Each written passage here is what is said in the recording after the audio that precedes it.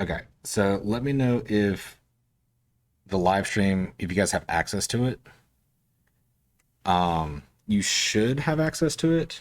I changed a setting, and I don't know if it like removed the access. So please let me know. Okay, so what we're going to do today is we are going to go over the Waves study guide, and then after that, we're going to take the assessment. Cool.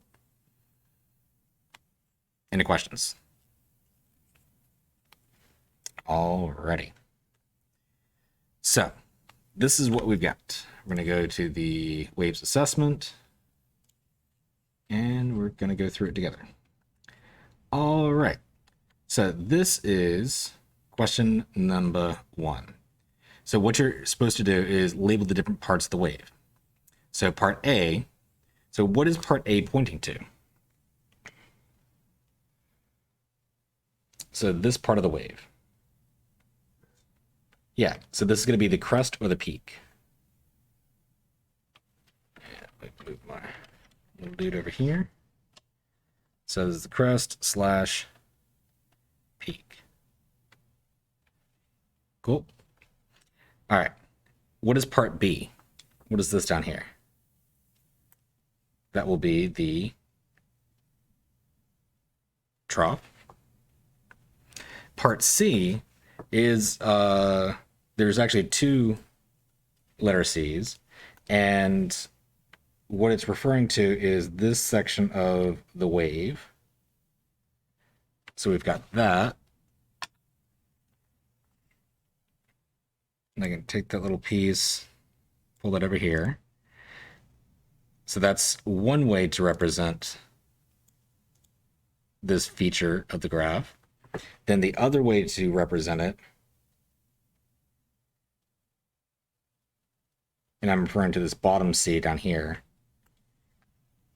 can be represented like this. So we've got from peak to peak, then we have from the midline, including the trough and the peak, and then back down to the midline. And then the third way that I can actually go is like this, from trough to trough. Anybody want to take a stab at what this represents?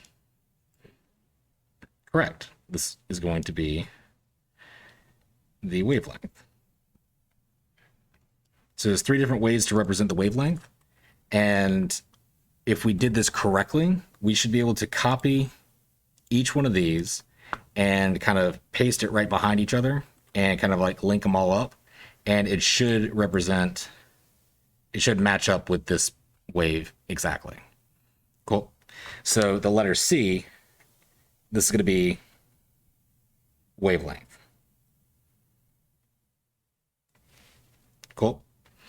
And then part D, this is pointing to the 10 up there, and it's also pointing to the -10.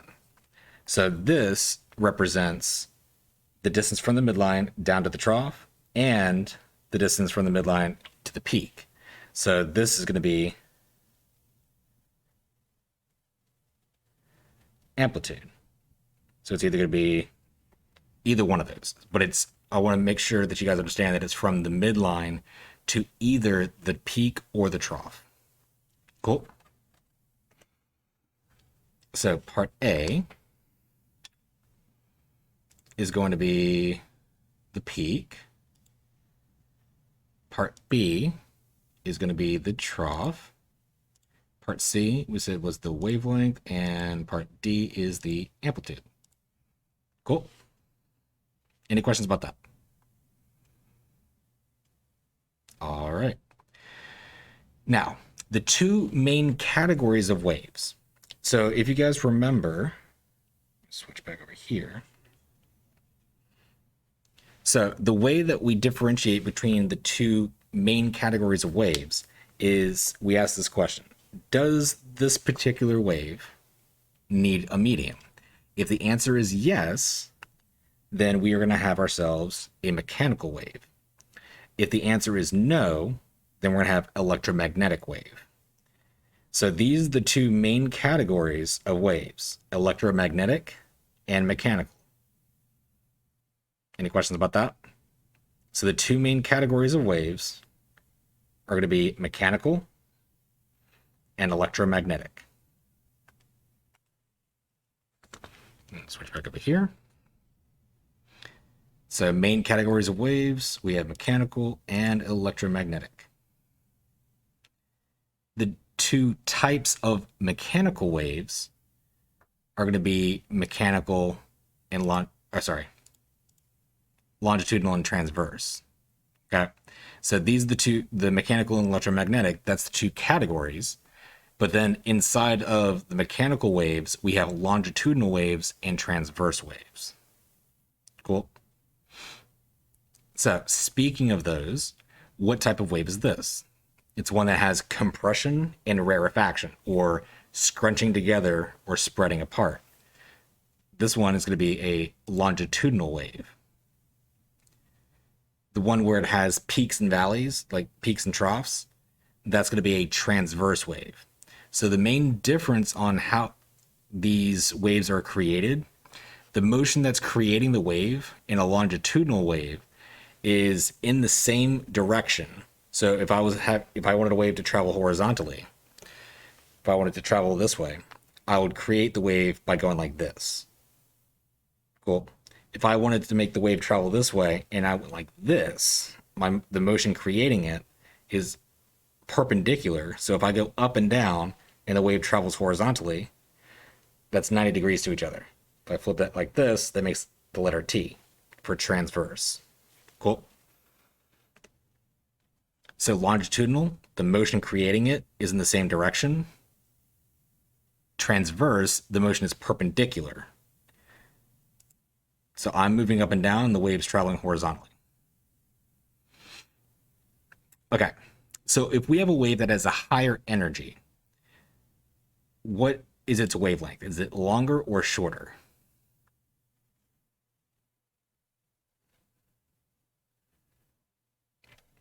Is it longer?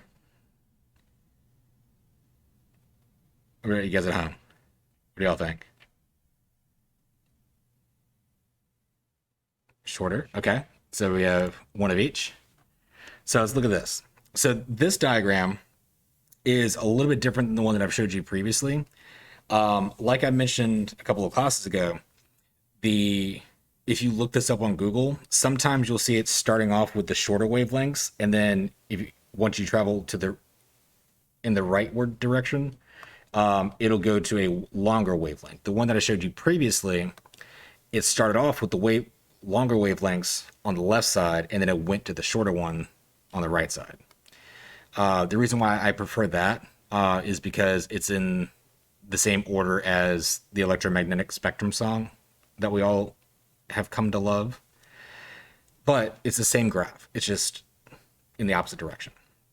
So if I have a higher energy, that means that in this case, my energy is, as I go to the left, my energy is increasing. So as I go to the left, what's happening to my wavelength? Yeah, it's getting smaller. So the shorter my wavelength gets, the more energy that wave has. So if I switch back over here, if a wave has higher energy, it will have a shorter wavelength. If a wave has a longer wavelength, then it will have a lower energy. Long wavelength, low energy. Short wavelength, high energy. Okay, so which one of these two requires a medium in order to propagate? What was that? Mechanical, good.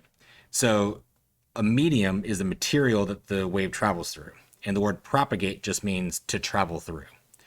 So electromagnetic, if we think about it, it's essentially light. So light and heat, right? So can light and heat travel through space where there is no medium? Yeah. We feel the heat from the sun, we get light from the sun, but you can't hear the sun because there's no medium.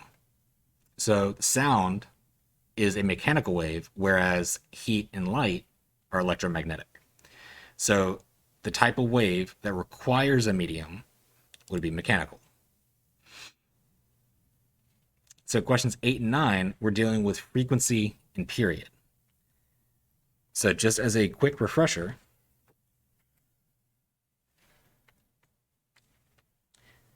frequency is the number of wavelengths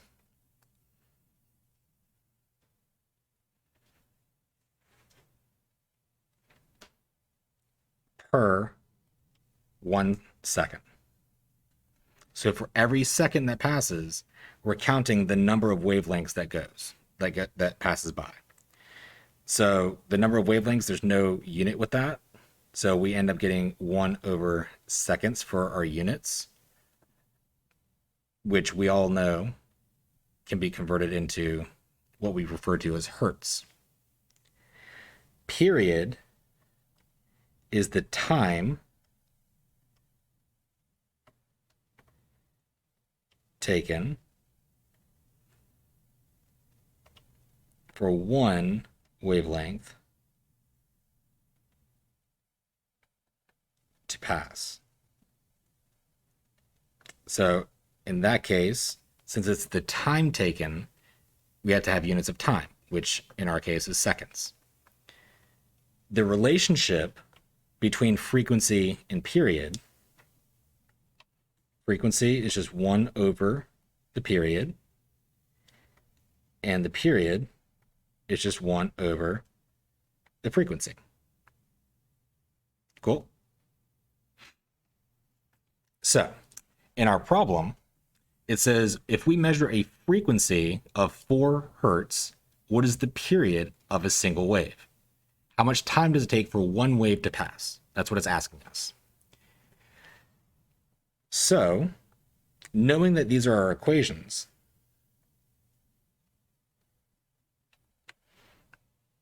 we are given the frequency equaling 4 hertz. We're asked to find the period, and that has to be in seconds, right? So we know that the period is just 1 over the frequency. Since the frequency is 4,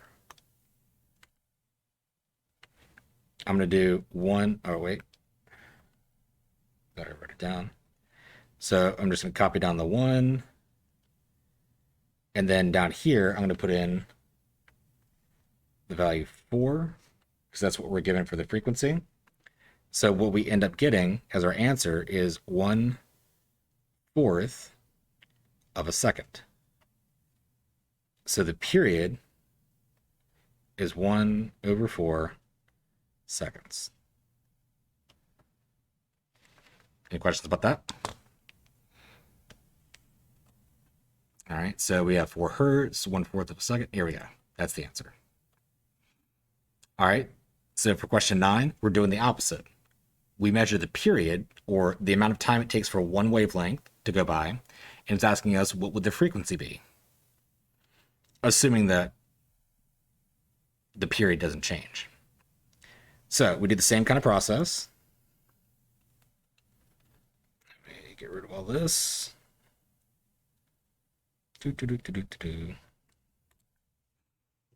All right. So we are given the period.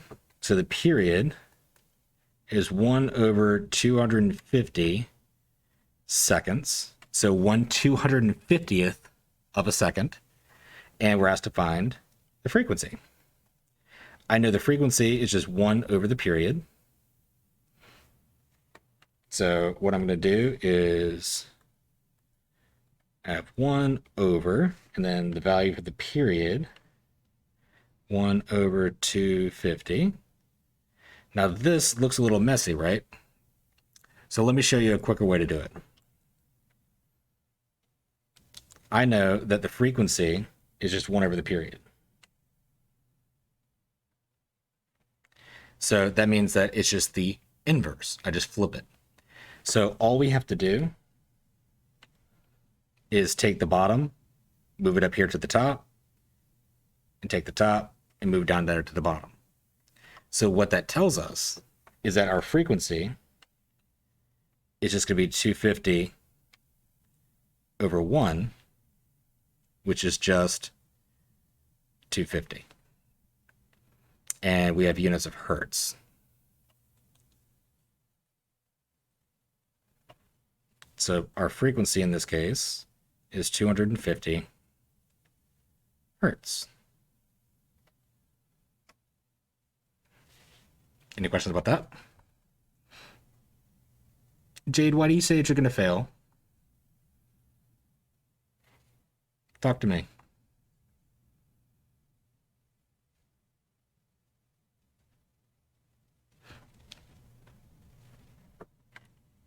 So if I've got this, Jade, check this out. What's the inverse of this? If I've got 1 over 36.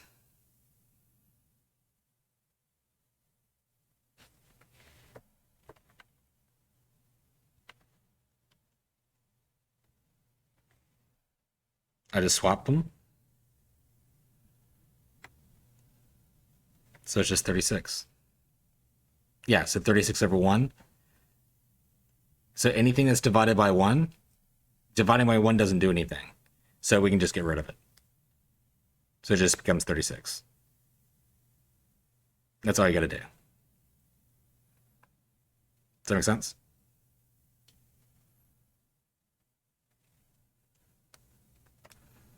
Okay. So you do that when you're going from period to frequency and then frequency to period. It's the exact same method. So like the question that we had before, we were given the frequency of 4 hertz. And I want to know the period.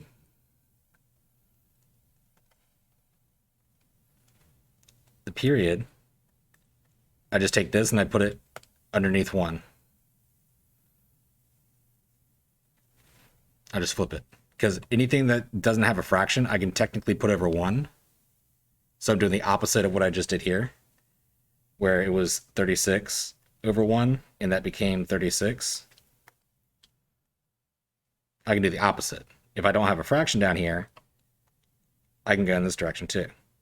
I can make it 36 over 1, and then if I flip it like that, that becomes 1 over 36.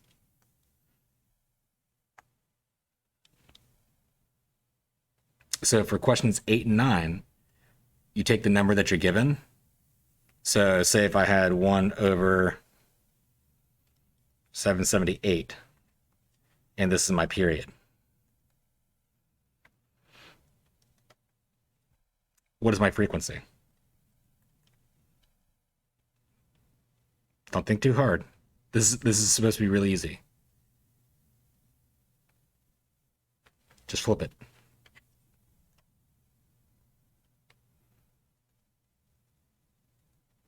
Yeah, 778 hertz. Does that make sense?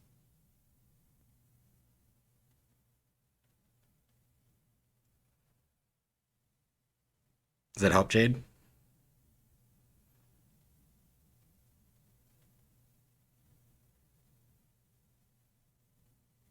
A little? So where are you getting tripped up at? Like, I want to make sure that you understand it. Because if you don't understand it and you get it wrong, then that's like 5 points off. And I don't want that to happen. Especially for something that's supposed to be really easy. You understand, but you don't. Okay, I understand. You understand, but you don't, and I understand that. So here's the thing. All you do. So this number here, 1 over 25. If I flip that, what do I get? Oh, sorry, 1 over 250. Correct, Jade. Yeah, 1 second, Corey. I'm getting ready to unlock it. Yeah, so it's 250. So I know that it's either this one or this one. And since we're looking for period, what units does it have to have? Hertz or seconds?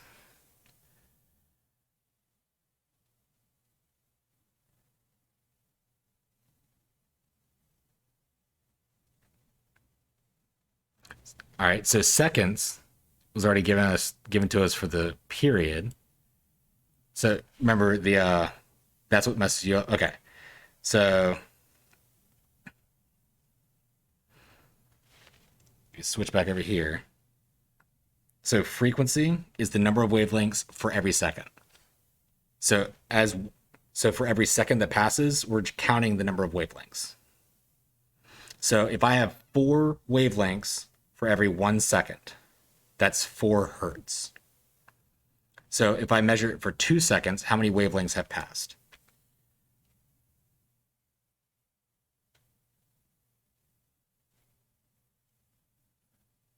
So for 1 second, I have 4 that go by. And if I measure it for 2 seconds, I have a total of... Don't think too hard. 1 second, I get 4. 2 seconds, I get 8.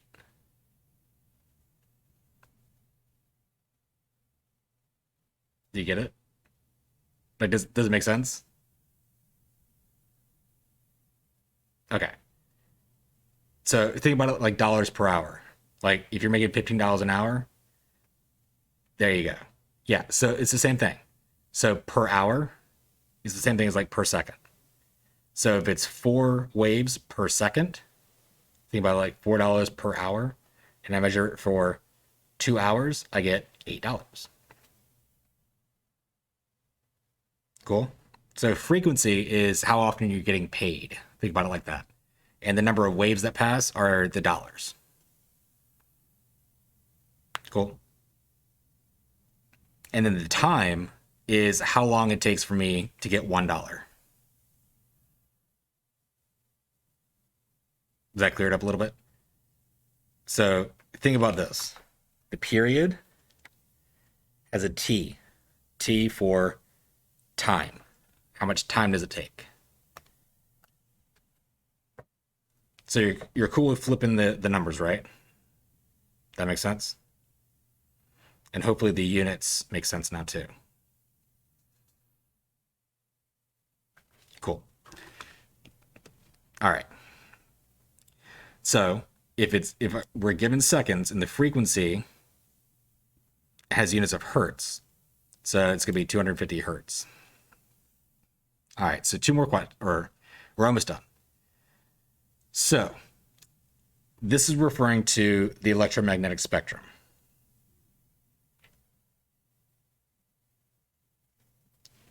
So it's asking to put them in order from lowest energy to highest energy. So if I look over here, the lowest energy is going to be over here, because that's what this line right here is. As I go to the left in this graph, or this figure, as I travel in this direction, I start increasing my energy. So the lowest energy would therefore be over here. So what's the lowest? Radio waves. And then I just start putting them in order like that. So we start off with radio waves. Yeah, there you are. Then it's going to be microwaves, infrared, visible light, ultraviolet, X-rays, and gamma rays. Now, everybody should understand the order because of the song that we all know and we love. All right, so question number 11 is going from shortest wavelength to longest wavelength. So we're going to be starting over here with the shortest wavelength and then going in that direction. So it's just going to be in the opposite order. We're going to start off with gamma rays. Then we're going to go with X-rays. Then ultraviolet. Now make sure that you guys aren't using your scroll wheel or trying to scroll while your mouse cursor is on here, because it might change the answer. Just a little side note.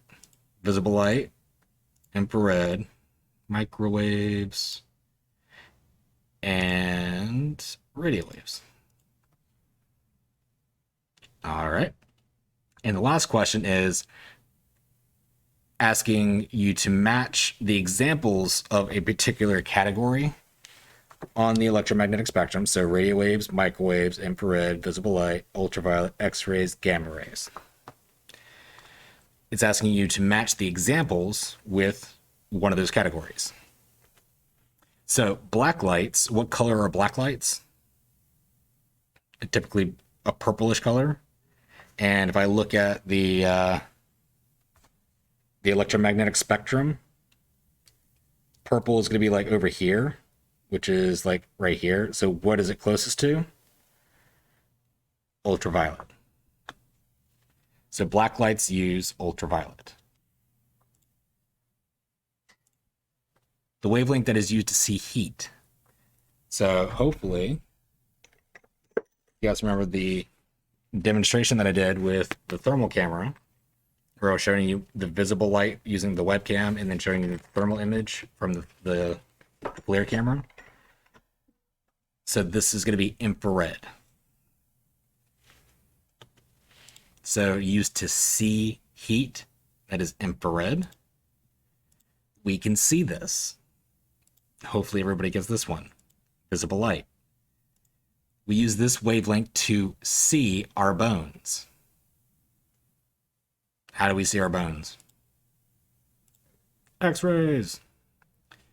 These wavelengths can be very lethal if you're exposed to them. Technically, X-rays can be lethal, but I emphasize the word very. So which one has higher energy than X-rays? That's going to be gamma rays. Remote controls use these to change the channel. What is it? Nope. So remember. Huh? Oh, sorry. So it's almost visible. I can't see it, but the camera can see it, so it's close to visible. It's not ultraviolet, so it must be. So if it's really close to the visible spectrum, we know it's not visible.